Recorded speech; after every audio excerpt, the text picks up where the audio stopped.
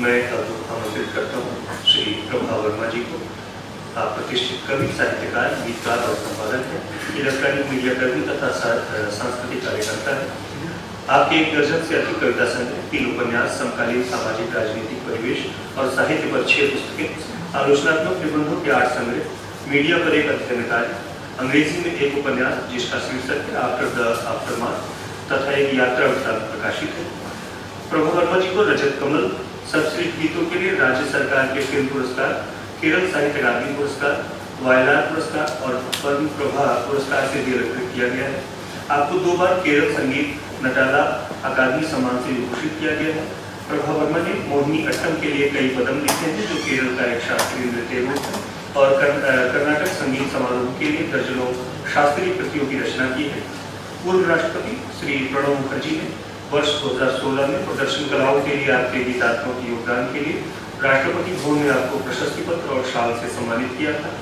आपको राज्य सरकार पुरस्कार, केसी सवास्टियन पुरस्कार, के माधव कुर्ती पुरस्कार, डॉक्टर बी.आर. अम्बेडकर पुरस्कार, केसी डैनियल पुरस्कार से विभूषित किया जा चुका है। आपने 1 दशक से अधिक समय तक भारतीय संसद के दोनों सदनों, गुटनिरपेक्ष शिखर सम्मेलन, राष्ट्रमंडल बैठक आदि को कवर किया है। आप केरल साहित्य अकादमी के उपाध्यक्ष भी रह चुके हैं। संप्रति आप साहित्य अकादमी के कार्यकारी मंडल के सदस्य हैं।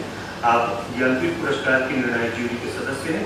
संप्रति आप केरल के मुख्यमंत्री के मीडिया सलाहकार के रूप में अपनी सेवाएं दे रहे हैं। बहुत ही आदर के साथ श्री प्रभा वर्मा जी।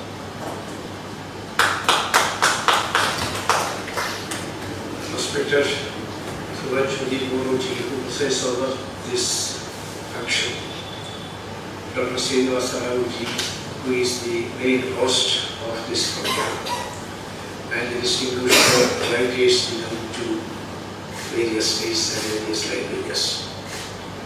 It is with immense happiness that I address this august gathering.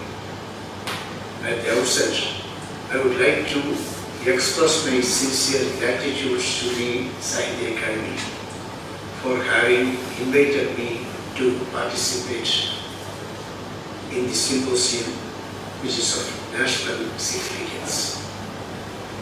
It is in the fitness of things, I think it is in the fitness of things that Sahitya Akademi is organizing a symposium on a subject which I think never was discussed much. The fact that this is being held in connection with the Amrit Mahotsavam, which is being celebrated in connection with our 75th anniversary of independence, that also matters a lot. That is why I say that it is in the fitness of things that we, the Academy, conduct this sort of a seminar. The Secretary, Dr. Srinivasarao-ji, deserves a special mention in this respect for having found a subject which remains hitherto untouched. Mr. Harish Trivedi-ji, our learned professor of English, who spoke just after Guruji, was heard saying that this subject was discussed some time back, in late 60s or so. But I think it was held by somebody else, some other organizations, and not by the Academy.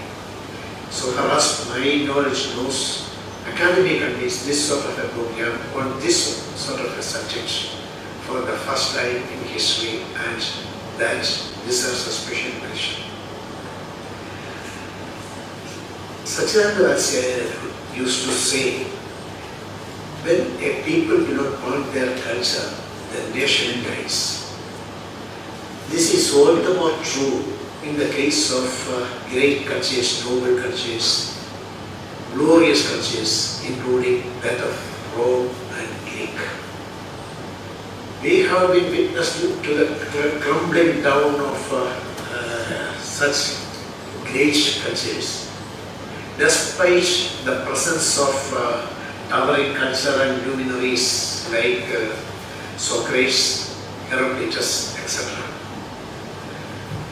It is against this backdrop that this subject assumes special significance. To go into the past, to dig out certain things from the past, and to kindle certain lights in the era of modernity with the energy that we derive from the past. In order to comprehensively understand the present, we have to clearly evaluate the past. Only on the basis of the past and present that we can chalk out the design for the future. The way we have to resource to in the coming days, that we can formulate only after clearly understanding what our past had been and what our present is. That is why shedding light on the past, especially literature of pre-independence era, and the literature that was proscribed by the British, assumes significance. It offers a solid ground on which we can resist the onslaughts of the invisible invasion of late capitalism that menacingly moves towards us in these days.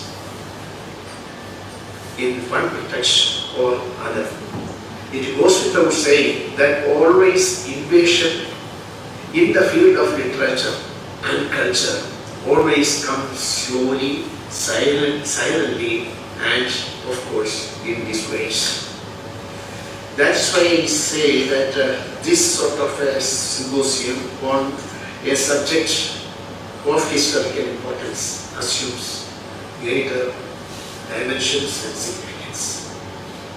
The era of pre-independence literature in India was agog with revolutionary poems and fictional tales that triggered off the nationalist sentiments in the hearts of millions of people, who, imbibing the essence of it, later turned against the British with the renewed vigor to put an end to the aggressive imperialist regime.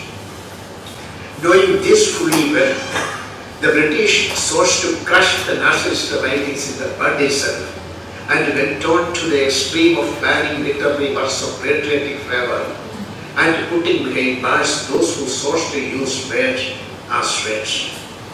As a result of this policy of repression, many writers right from Kashmir to Kanyakumari were imprisoned and their books that were sources of inspiration proscribed.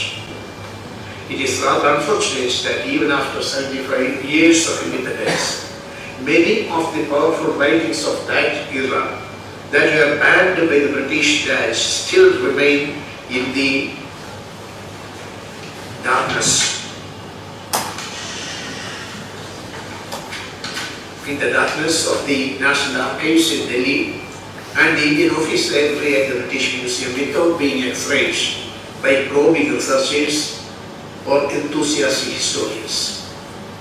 Probably with the only exception of Dr. N. Gerald Barrier, who brought out a book on the banned controversial literature belonging to British India of the period 1907-1947.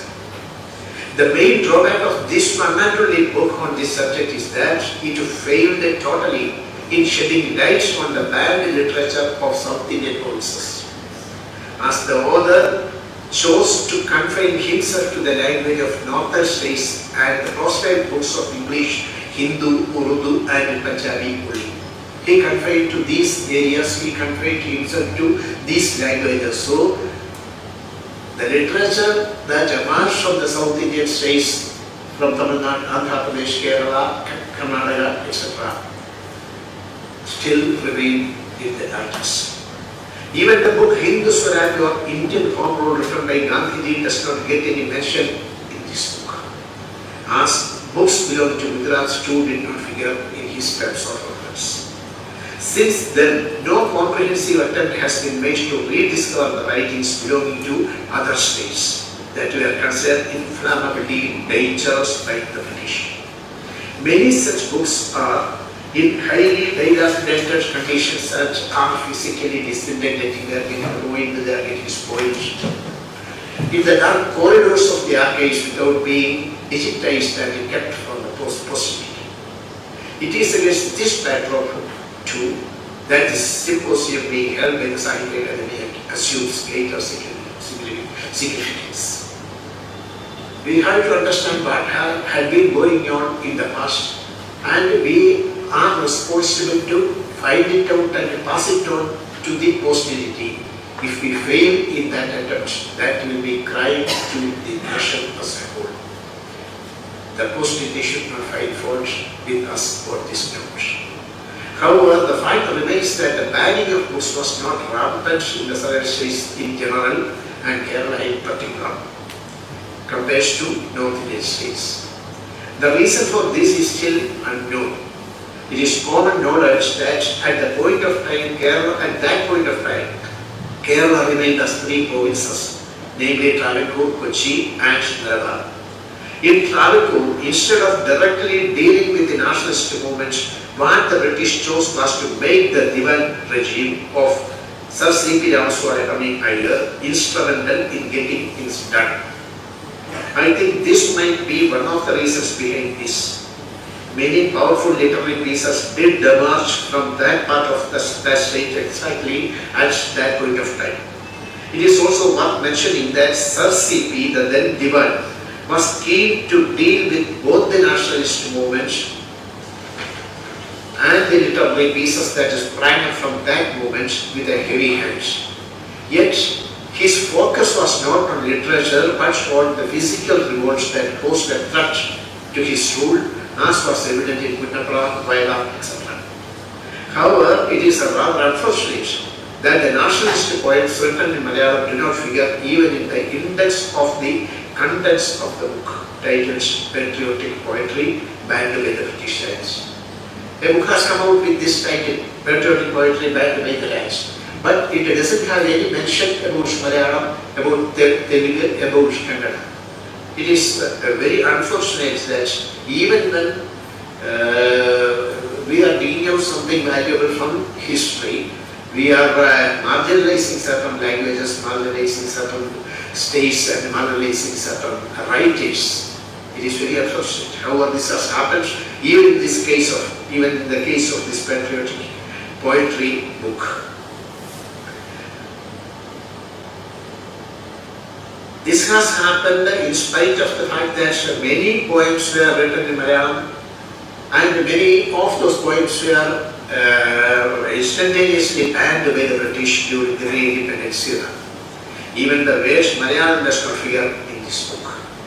At various points of historical significance, patriotic songs sprang up in Kerala. When Jawaharlal Nehru unfurled the flag of Purna Swaraj on 31st December 1929 at the Lahore session of the Congress, when revolutionaries such as Bhagat Singh, Rajguru and Sukhadev were executed, when Mahatma Ji launched civil disobedience movement, when Quit India call was given by Mahatma Ji in 1942, and when many historically important turnarounds took place, poets ranging from both Ishwaran of Trivandrum in the extreme south to T. Subramanian Tirumba of Kasaragod in the extreme north came up with the nationalist poems that inspired Indians across the state, and this provoked the British to the core.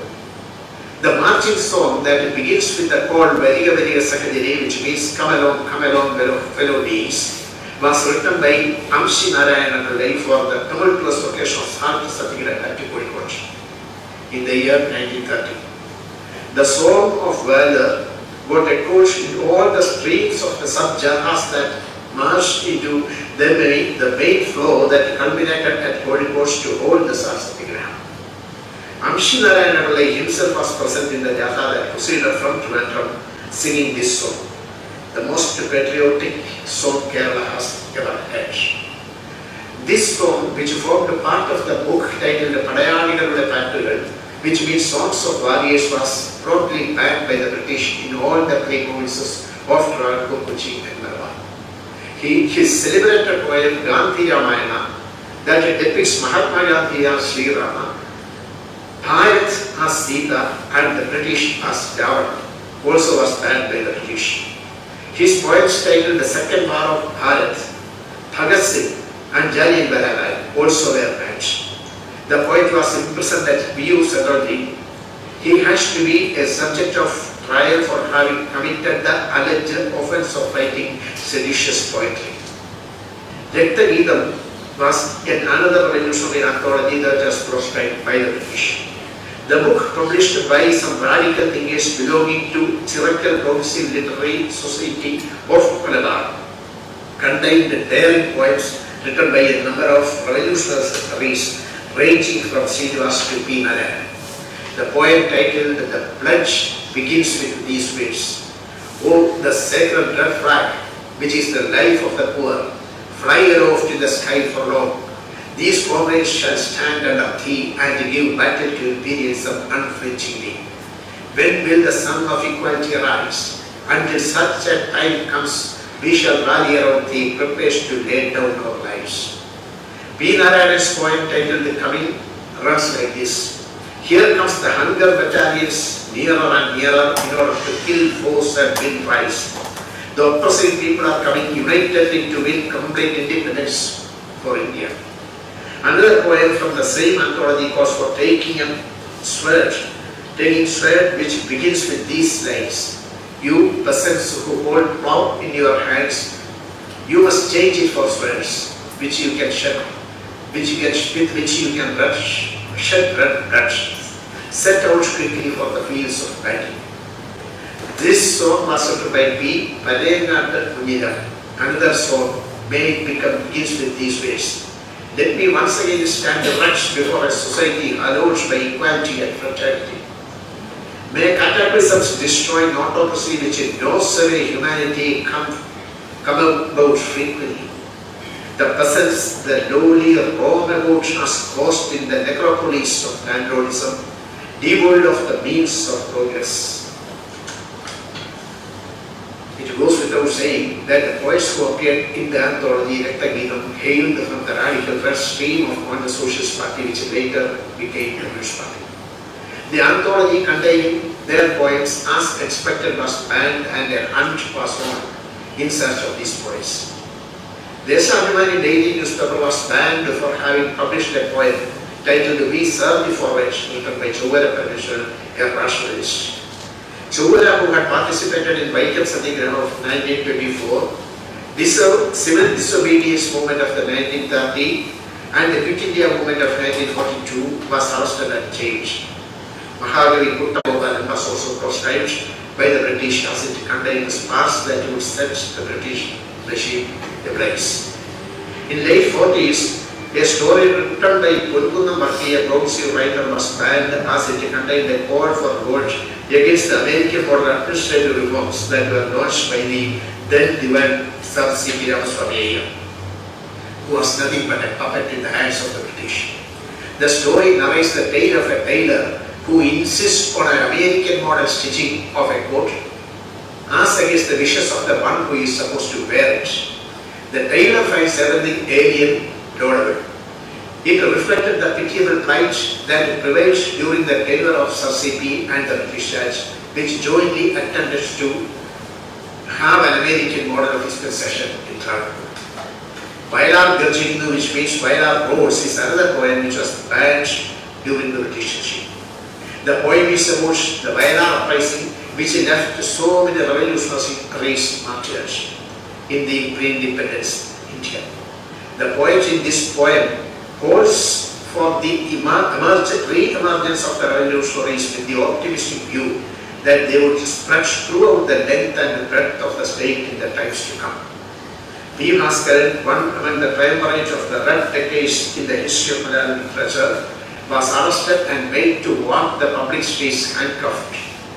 Though written under the pen name Devi, it was found that the poem that incites the revolt was originally written by P. Bhaskaran, and he eventually was brutally tortured in police lockup. Another one that was proscribed during the pre-independence era was Mari Kuttagal, written by Kuntunam Damodaran, who was a close associate of Vailar and P. Bhaskaran, not the revolutionary poets of that era.